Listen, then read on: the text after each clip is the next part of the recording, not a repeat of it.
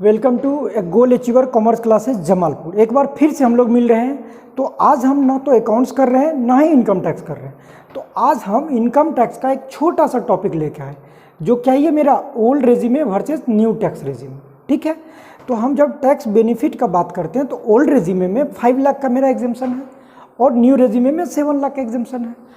और हम बात करते हैं स्टैंडर्ड डिडक्शन, जो कि हमको ओल्ड रेजिमे में भी 50,000 मिल रहा है और न्यू रेजिमे में भी 50,000 मिल रहा है। तब यहाँ एक बात आता है कि स्टैंडर्ड डिडक्शन क्या ही है।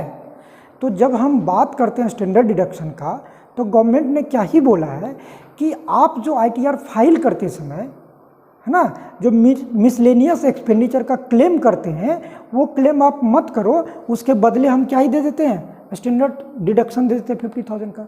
हकीकत तो ये है ना कि जब अलग अलग तरह का मिसलेनियस एक्सपेंडिचर क्लेम किया जाता था तो गवर्नमेंट के लिए भी ये सरदर्द था। वो कैसे आइडेंटिफाई करते हैं, उसको वेरीफाई करने का कोई टूल्स ही नहीं था। तो स्टैंडर्ड डिडक्शन मिल गया 50,000। चलिए अब बात करते हैं लाइफ इंश्योरेंस प्रीमियम का। तो ओल्ड रेजिमे में इसका बेनिफिट तो है, लेकिन न्यू रेजिमे में इसका बेनिफिट नहीं है। और क्या, जब हम हेल्थ इंश्योरेंस सेक्शन 80D का बात करते हैं तो ओल्ड रेजिमे में बेनिफिट तो है लेकिन न्यू रेजिमे में नहीं है। और जब हम 24B या 80C का बात करते हैं तो ओल्ड में भी है। 24B क्या है कि जब आप होम लोन लिए हो तो उसका इंटरेस्ट पे कर रहे हो तो सेक्शन 24B में उसका क्या ही मिलता है, आपको रिबेट मिलता है अप टू 2 लाख तक का। तो ओल्ड रेजिमे में आप बेनिफिट ले सकते हो लेकिन न्यू में नहीं ले सकते। और जब हम HRA डिडक्शन का बात करते हैं तो ओल्ड में लेंगे लेकिन न्यू में नहीं लेंगे। तो ये कुछ मेरा बेसिक एग्जाम्पशंस है ना। जब इस एग्जाम्पशन का लिस्ट देखा जाए तो बहुत ज़्यादा ही लिस्ट है, बट कुछ हमने बेसिक एग्जाम्पशन को कंसिडर किया हुआ है यहाँ पे। ठीक है, आगे बढ़ते हैं, देखते हैं और क्या चीज़। जब हम आगे बढ़ते हैं तो देखते हैं क्या कि स्लैब का बात करें, है ना, ओल्ड टैक्स रेजिमे का और न्यू टैक्स रेजिमे का स्लैब का बात करें। तो जब हम ओल्ड टैक्स रेजिमे में बात करते हैं तो हमको 2.5 लाख तक का नील है और 2.5 लाख से 5 लाख तक का 5% है और 5 लाख से 10 लाख का 20% है और 10 लाख से अबव 30% है। ये तो स्लैब है, पहले से हम लोग जान रहे हैं। और ये भी आई होप तो सब लोग जान रहे होंगे, बट फिर भी देख लेते हैं। 3 लाख तक का क्या है, नील है। 3 लाख से 6 लाख का क्या है, 5% है। 6 लाख से 9 लाख का 10% है। 9 लाख से 12 लाख का 15% है और 12 लाख से 15 लाख का 20% है। और जब हम 15 लाख से अबव जाते हैं, मतलब मेरा इनकम होता है, तो 30% लगने वाला है ना। तो अब हम बात करते हैं, तो आप बोलोगे कि सर आप एक बात बोल रहे हैं कि 5 लाख तक का एग्जेम्प्ट है एक तरफ, और दूसरे तरफ आप क्या ही बोल रहे हैं कि 5 लाख तक का 5% है। ये कैसे संभव है? या तो 5% दीजिए या तो एग्जेम्प्ट दीजिए। तो इसको समझते हैं हम लोग, ये क्या ही चीज़ है। हम एक एजम्पशन लेके चलते हैं, कोई एक इंडिविजुअल है, मान के चलते उसका इनकम 5 लाख से कम है, 4,80,000 लेके चलते हैं। तब हम लोग देखते हैं चीज़ें क्या ही हो रहा है ना। अगर किसी का इनकम 4,80,000 है, हम चलिए 4,80,000 पे लेके चलते हैं इनकम, है ना। 4,80,000 ओल्ड में चलते हैं, है ना। तो देखते हैं चीज़ें क्या बन रही। हम बोल रहे हैं अप टू नहीं, हम बोल रहे हैं चीज़ें कितना तक है। अच्छा हाँ ठीक है, अप टू ही तो कह सकते हैं। अप टू रुपीस कितना, अप टू रुपीस क्या ही बोलोगे, अप टू रुपीस 2.5 लाख। तो बोलोगे सर इस पे तो नील है, यही तो स्लैब है। अब हम बोलते हैं नेक्स्ट, है ना, नेक्स्ट रुपीस 2,50,000, मतलब 2,50,000 के अगला 2,50,000, है ना, एट द रेट ऑफ 5%। जैसे अगर नेक्स्ट रुपीस 2,50,000 बोल रहे हैं तो हम क्या ही बोलते हैं, 2,50,000 से लेके रुपीस 5 लाख तक का, 5 लाख तक का, यही तो हो गया मेरा अगला 2 लाख। तो कितना ही हो गया, 12,500। बट अगर हम 2.5 लाख का एग्जाम्पशन लिए और 2.5 लाख यहाँ आ गए तो मेरा इनकम 5 लाख हो गया, लेकिन हमको 4,80,000 पे जाना है, तो मेरा क्या ही हो जाएगा ये। तो बोलोगे 2.5 लाख यहाँ नहीं होके यहाँ क्या ही हो जाएगा, 2,30,000। तब ना 2.5 लाख ये और 2,30,000, 4,80,000 हो गया। तो 2,30,000 का 5% अगर हम लेते हैं तो 2,30,000 का, चलिए आप लोग भी कैलकुलेट कर लीजिए, हम भी कर लेते हैं। 2,30,000 का 5% ये आ रहा है मेरा 11,500। तो क्या ही हो गया, अगर हम देखें तो टैक्स तो मेरा बन गया 11,500। इसका मतलब क्या ही हुआ कि हमको अगर मेरा इनकम 4,80,000 है तो भी हमको टैक्स 11,500 बन रहा है। तो अब यहाँ पे एक सेक्शन है अंडर सेक्शन 87A जो क्या ही कहता है कि अगर आपका इनकम 5 लाख तक है, ठीक है, तो आपको अंडर सेक्शन 87A का बेनिफिट मिल जाएगा, डिडक्शन। तो चलिए हमने ले लिया बेनिफिट, तो अब क्या ही आ गया, नील। मतलब कि हमको जो है 5 लाख तक का टैक्स नहीं लगेगा। किसके वजह से, अंडर सेक्शन 87A के वजह से नहीं लगा। तो अब ये बात भी जस्टिफाई हो गया और ये भी बात जस्टिफाई हो गया कि मेरा 5 लाख तक का नहीं लगेगा। अब यही चीज़ें हम देखते हैं न्यू रेजिमे में। तो न्यू रेजिमे में क्या ही बोल रहा है कि 7 लाख तक आपको टैक्स नहीं लगेगा। तो हम क्या करते हैं, एक हम ले लेते हैं 6,80,000 इनकम एक इंडिविजुअल का, है ना। तो अब क्या ही करते हैं, अप टू ₹3 लाख तक क्या है, नील है, यही तो नील है। इनकम टैक्स समझ के पढ़ के बहुत मज़ा आने वाला है, मेरे साथ बने रहिए, है ना। और ये जो गोल अचीवर कॉमर्स क्लासेस है आप इसको सब्सक्राइब कर लीजिए। चलिए ये हो गया 3 लाख तक का नील, ठीक है। अब 3 से 6 लाख पे 5%। चलिए तो हम यहाँ क्या कर दें, रुपीज़ नेक्स्ट अगला 3 लाख, 3 लाख का तो हो गया छूट, अगला 3 lakh at the rate of कितना बोलेंगे आप, 5%। तो कितना ही हो गया, 15,000 हो गया, 15,000। हाँ तो कितना ही हो गया, 3 लाख यहाँ से, 3 लाख यहाँ से। अब कितना ही बच गया, 6 लाख हो गया, बच गया मेरा 80,000। अब अगला जो 6 से 9 लाख का 10% है, लेकिन मेरा लिमिट तो उतना तक है ही नहीं, तो मेरे पास कितना ही बचा हुआ है, 80,000। तो हम कह सकते हैं next rupees 80,000 at the rate of 10%। तो कितना ही हो गया, 8,000। तो कितना ही टैक्स मेरा बन गया, 15 8 23,000, 23,000 ये हुआ।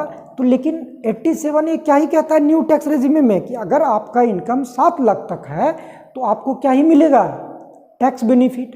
तो अब क्या ही कर लें, इसमें भी 87A है ना, अंडर सेक्शन 87A के तहत 23,000 का हमको क्या ही मिल जाएगा, रिबेट मिल जाएगा। तो टैक्स क्या ही हो गया, नील, 1 भी रुपया टैक्स नहीं लगा। तो बात समझ में आया कि क्यों नहीं लग रहा है।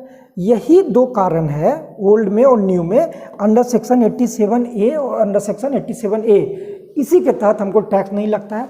और यही स्लैब है, और यही स्लैब में एक तरफ हमने लिखा 5% और 5%, और दूसरे तरफ हम कह रहे हैं 5 लाख 7 लाख पे आपको नहीं लगने वाला टैक्स। ठीक है, ये बात समझ में आ गया। अच्छा चलिए अब दूसरा बात, एक चीज़ हम लोग देखते हैं, बहुत क्वेश्चंस ये आ रहा था मेरे पास कि इस बार तो मेरा जो बजट पेश हुआ तो 12 लाख हो गया और 75,000 स्टैंडर्ड डिडक्शन, तो देखा जाए तो 12,75,000 पे टैक्स लगना ही नहीं है। तो हमने बोला हाँ ठीक है, अच्छी बात है, नहीं लगना है।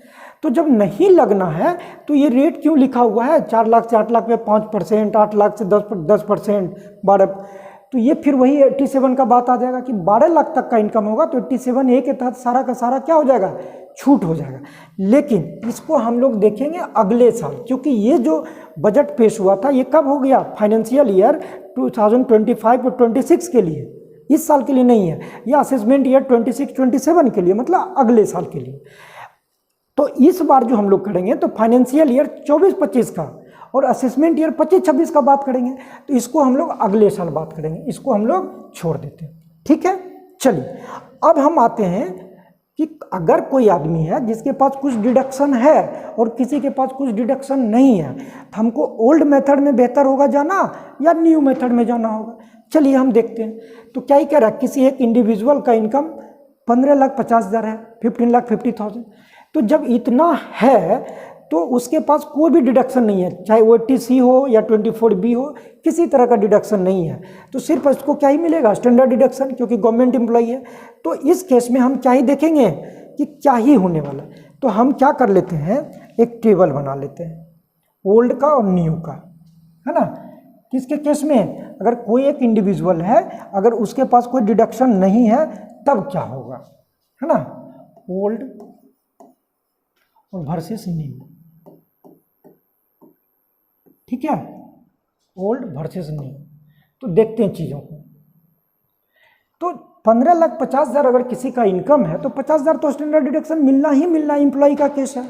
तो चलिए हम क्या ही करते हैं, 15,50,000 में से 50,000 सब्ट्रैक्ट कर देते पहले, तो बच गया कितना, 15 लाख।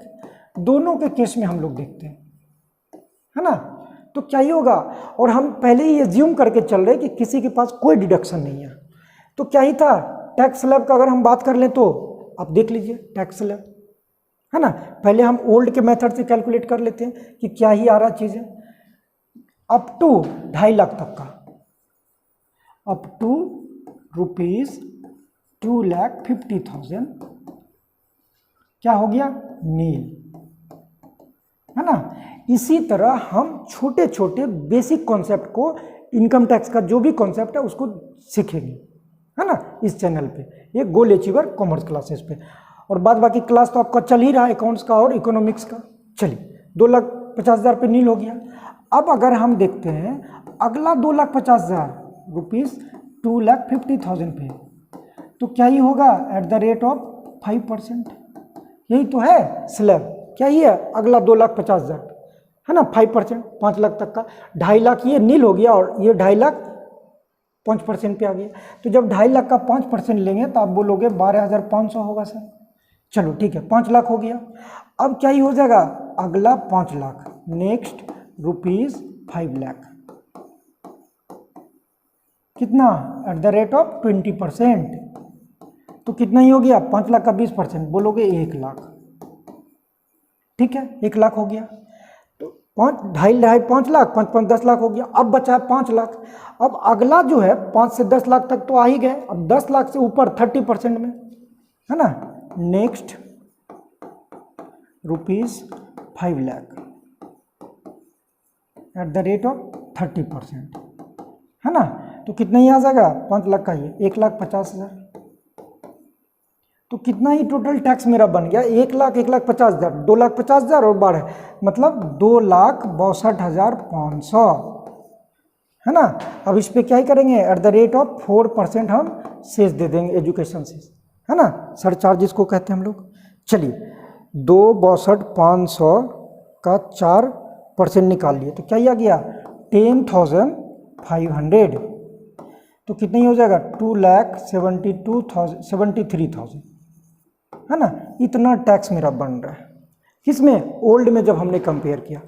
आप एक चीज़ जब देखोगे ना तो यहाँ क्या ही पाओगे कि जब हम पुराना रेट से चल रहे हैं तो मेरा टैक्स स्लैब का जो रेट है वो बहुत हाई है, और इसके साथ साथ हमको डिडक्शन मिला हुआ है।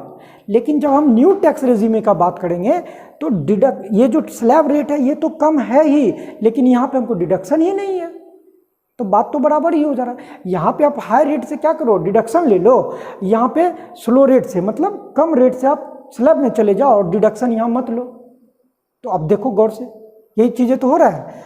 अब हम देखते हैं, ओल्ड वाला में देख लिए, न्यू वाला में देख लेते हैं। तो न्यू वाला में हम देखेंगे तो न्यू का स्लैब क्या है, अप टू 3 लाख तक नील है। तो चलो क्या ही कर दोगे, अप टू ₹3 लाख क्या, नील, ठीक है। और अब क्या ही है, अप टू 3 लाख तक का तो नील हो गया। 3 लाख से 6 लाख तक का 5%, है ना।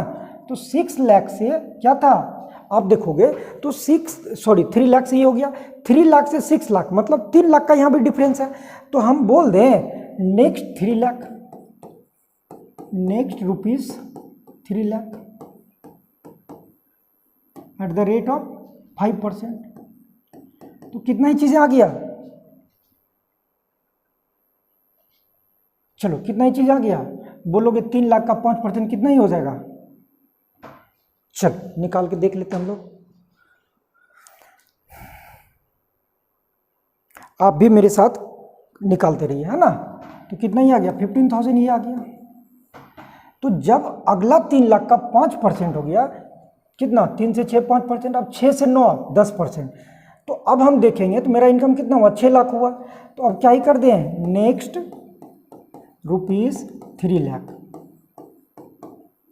At the rate of 10%। तो 3 लाख का 10% कितना ही हो गया, 30,000, है ना, ये हो गया। अब देख लो, जब कितना हो गया, 9 लाख तक का आ गया 10%। अब 9 से 12 15%, 9 से 12 15%, तो हम बोल दें next rupees 3 lakh at the rate of 15%। तो 15 3 सा 45, तो क्या ये हो जाएगा 45,000। तो अब कितना हो गया 3 लाख, 6 लाख, 9 3 12 लाख हो गया। अब क्या ये हो जाएगा next rupees 3 lakh at the rate of कितना। अब जब यहाँ देख लेंगे तो 9 से 12 हो गया, 12 से 15 20%। अब क्या ही हो जाएगा 20%, है ना। तो 3 लाख का 20% निकालो, कितना ही हो जाएगा 60,000 हो जाएगा। अब सबको ऐड कर लो, 60,000 प्लस 45,000 प्लस 30,000 प्लस 15,000, तो कितना ही हो गया 1,50,000, है ना। अब आप खुद देखो कि ओल्ड और न्यू में कितना का ही डिफरेंसेस है ना।